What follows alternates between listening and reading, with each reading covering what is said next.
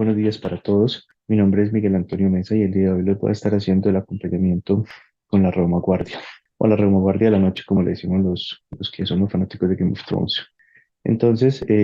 vamos a hacer el seguimiento de los principales journals en los que estamos pendientes de las publicaciones, dando privilegio a los artículos que sean de particular relevancia en la práctica clínica y que sean de open access, porque evidentemente estos son artículos que son de acceso más universal. Empezamos con el Journal of Rheumatology, donde hay un artículo que es una publicación de tocilizumab en enfermedades SET, pacientes con 6 meses de seguimiento en 30 centros europeos, el 59% refractarios a terapia anti-TNF, y se encontró un 83% de respuesta, 60% de respuesta completa, 23% de respuesta parcial, y digamos que es un artículo o una publicación importante porque los pacientes con enfermedades SED con frecuencia nos encontramos a veces con manifestaciones graves que son refractarias, entonces es bueno tener esto dentro del arsenal que tenemos disponible. También hay un artículo más de carácter más cultural o gráfico, que son las representaciones animales en el gremio de la reumatología o en el mundo del semiológico de la reumatología, con algunas imágenes muy bonitas que digamos que para la parte más cultural sería de particular interés. También tenemos algunos otros que son de Annals of the Rheumatic Disease, donde tenemos un artículo que es la publicación del riesgo de cáncer en pacientes con inhibidores JAK versus retimar biológico. Recuerden que hay un artículo que salió publicado con tocilizumab en el New England hace unos años que mostró que había un mayor riesgo de cáncer y de enfermedad cardiovascular, y eso puso pues como un planteamiento general sobre la seguridad de los inhibidores JAK. Este es un estudio de base de datos con 10.447 pacientes con artritis reumatoide y 4.443 con artropatía psoriásica, con un seguimiento promedio entre 2,5 a 3 años, y se encontró que los inhibidores ya en este estudio no aumentaban el riesgo de cáncer en general, aunque sí aumentan el riesgo de cáncer no melanoma en piel. Son datos que hay que evaluar con cautela. Digamos que este tema todavía dista mucho de ser completamente dilucidado, pero digamos que son datos un poco más tranquilizadores con respecto tanto al efecto de tofacitinib como los otros JAK inhibidores y el efecto de cáncer. También tenemos un artículo que me parece importante para nosotros, que es la eficacia de los inhibidores de interleuquina 6 y TNF en pacientes que tienen artritis por inhibidores de punto de respuesta inmunológico. Brevemente, los inhibidores de punto de respuesta inmunológico le quitan el freno al sistema inmune en el manejo de pues, la lucha contra tumor, lo que hace que haya una respuesta antineoplásica más eficiente,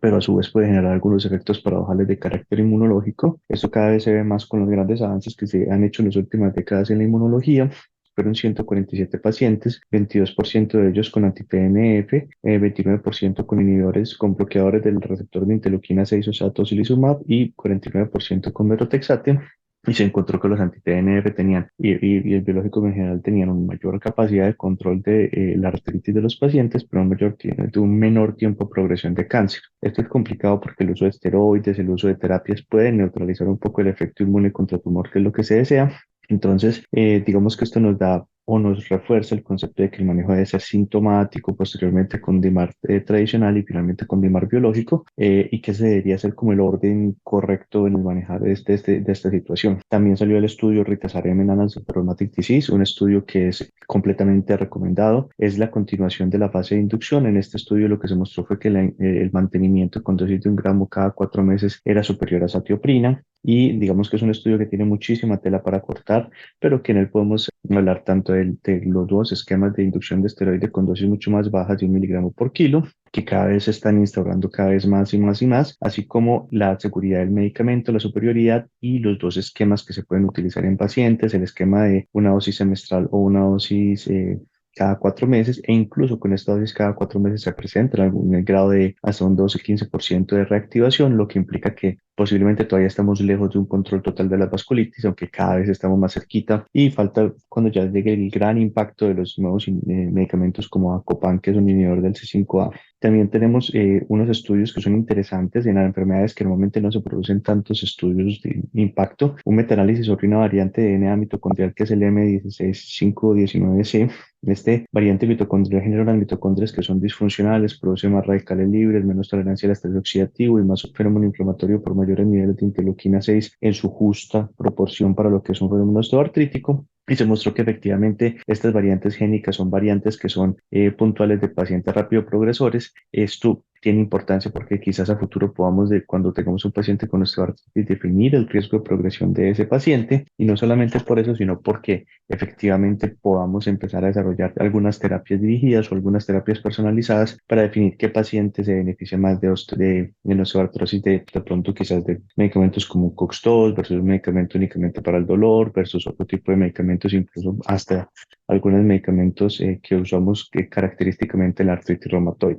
También tenemos un artículo que me parece que es interesante para, digamos que el que sea gomoso de ese tema, que son las MHC1 patías. Es un artículo de revisión que trata de juntar todas esas enfermedades como la espondiloartritis, enfermedades como la enfermedad de SET en un solo grupo y en un solo concepto general. Entonces, quizás si uno es gomoso de ese tema y le quisiera tener un concepto nuevo, un concepto distinto para el armamentario o para el vestuario mental que tenemos para poner a cada una de las distintas enfermedades, sirve mucho. Particularmente, pues, este estudio sé que le gustaría mucho a la doctora Gloria Vázquez, que es nuestra profe y que es la que nos inculcó el amor por la inmunología y a quien le estamos muy agradecidos siempre por todo lo que nos ha enseñado. También tenemos en la versión Open Access, que es el RMD Open, tenemos la validación de los criterios de lupus en un centro terciario con 3.377 pacientes. Comparan los criterios de 2019 versus los criterios validados y modificados por Hochberg, perdón, no validados, modificados por Hochberg en 1997, que recordemos que los criterios nunca tuvieron validación porque fue la adición de los ítems de SAF básicamente para los criterios antiguos que habían, pero lo que se encontró es que la sensibilidad era del 81.8 versus el 87% de 1997 versus 2019, o sea, siendo más sensibles los criterios de nuevos y la especificidad 90.1 versus 99.5%. Es decir, tenemos una buena, digamos que un balance de sensibilidad y especificidad satisfactorio para los dos, quizás el mejor perfil para los pacientes que tienen o para los criterios que usan el ACR de 2019. Entonces, estos son datos importantes porque nos están confirmando pues, la utilidad de estos nuevos criterios y nos están dando datos de validación que ya teníamos en el proceso de validación de los criterios de 2019. También tenemos los datos de una imagen de colesterol en pacientes con esclerosis sistémica, que siempre es muy útil para conocer como toda esta parte, entonces se lo recomiendo profundamente. Continuando con Clinical Experimental, tenemos una revisión de fibromialgia, la revisión del año de fibromialgia que se la recomiendo. También tenemos en ACR Open Rheumatology el riesgo de infarto en pacientes o de evento cardiovascular en pacientes con gota, de pacientes con gota que presentaron evento cardiovascular. Promedio 76 años, con un seguimiento de 2 años, el 12% presentaron la crisis en los primeros 30 días. También continuando con este estudio, tenemos un estudio de sacroiliacas en el embarazo, donde se muestra que a los 12 meses el 41% de los pacientes tienen edemas sacroiliacas que debemos tener claro. Y adicionalmente en artritis y reumatología, además del estudio de las sacroiliacas que les estaba comentando, que es un estudio muy importante por su implicación en el seguimiento de las mujeres en edad fértil que han tenido un hijo que vienen con dolor y con sacroileitis, porque es tan común algunos de los diagnósticos diferenciales como la osteoitis condensante. Tenemos un nuevo medicamento que es el tigulixistat, que es un inhibidor de no antioxidasa, un inhibidor de la antioxidasa no purínico, y es inhibidor de la antioxidasa no purínico. Hizo un estudio para encontrar la dosis ideal. Se encontró que con dosis de 50 miligramos, 100 miligramos y 200 miligramos se lograba un 47, 44 y 62% de niveles de ácido úrico por debajo de 5 miligramos, lo cual va abriendo distintas oportunidades para los pacientes que tienen gota y que digamos que ahora tenemos buenos medicamentos, pero la terapia biológica es difícil de manejar en estos pacientes con la pegloticasa y digamos que no está disponible en nuestro medio. Y finalmente, les dejo un artículo que es el artículo de The Rheumatologist, que dice de cómo hablar de suplementos antiinflamatorios en pacientes con enfermedad reumatológica. Aborda un tema que con frecuencia encontramos en la práctica, del cual no tenemos tanta información, que es cómo aproximarnos a este tipo de dudas con respecto a cúrcuma, canela, condroitina en pacientes con enfermedades reumatológicas. Entonces, es un punto de vista que desde toda aproximación es bueno tener como para cuando tengamos que aproximar esos temas con los pacientes.